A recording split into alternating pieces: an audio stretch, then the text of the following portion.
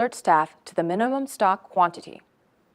When removing a product, you should always determine if the minimum stock quantity has been reached.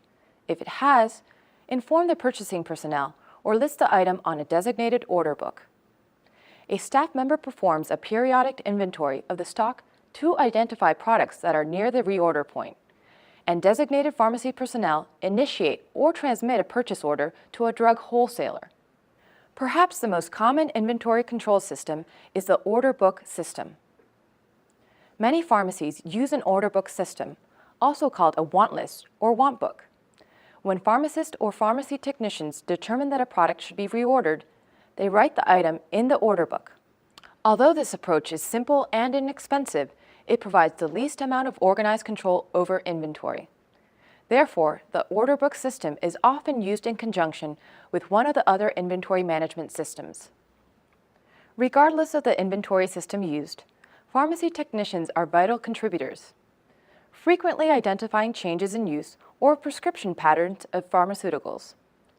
Alerting purchasing staff to unusual orders helps avoid out-of-stock situations and facilitates optimal inventory management. Drug recalls are another aspect of inventory control. A manufacturer, on its own or at the direction of the Food and Drug Administration, or FDA, will occasionally recall pharmaceuticals for such reasons as mislabeling, contamination, lack of potency, or other problems with a medication that may present a risk to public health. Pharmacies must have a system for rapid removal of any recalled products. The FDA plays an active role in initiating the drug recall process. It coordinates drug recall information, helps manufacturers and distributors develop specific recall plans, and performs health hazard evaluations to assess the public risk from products being recalled.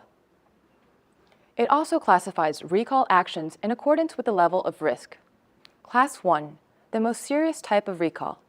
It indicates a reasonable probability that serious adverse health conditions or death could result from the continued use of or exposure to a product.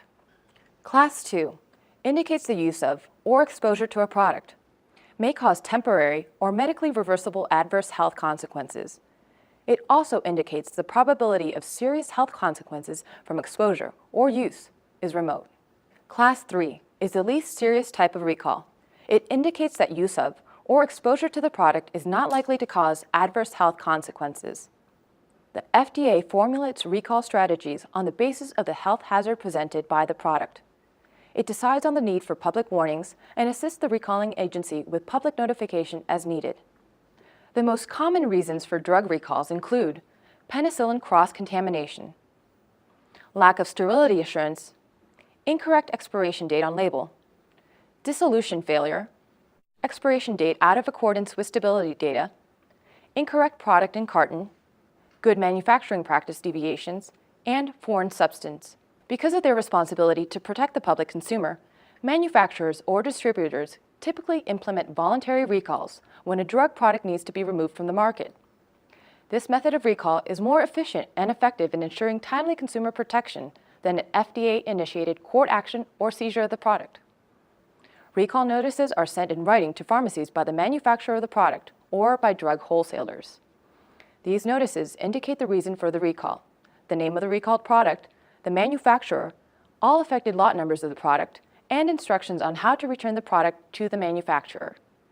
On receipt of the recall notice, a pharmacy staff member will check all pharmaceutical inventory stores to determine if any recalled products are in stock. If none of the recalled products are in stock, write a note indicating none in stock on the recall notice and file in a recall log to document that the recall was properly addressed. If a recalled product is in stock, all products should be gathered, packaged, and returned to the manufacturer according to the instructions on the recall notice. The pharmacist in charge should review the package before returning it to the manufacturer. If patients have received a recalled product, the pharmacist in charge must take the recommended action. On completion of all activity regarding the product recall, a summary of actions taken should be documented on the recall letter and filed in the pharmaceutical recall log. The FDA has been known to request documentation of all recall activities to ensure compliance and ultimately patient safety. The technician should keep in mind that it may be necessary to order replacement stock to compensate for recalled items that were removed. In some instances, the recall may encompass all products, and it will be impossible to order replacement stock. The pharmacist in charge should be notified to decide which, if any, alternative products may be required to place in inventory as therapeutic alternatives to the out-of-stock items. Congratulations! You have completed the final section of the program. But before taking that well-deserved break, please review the chapter on inventory control in your workbook.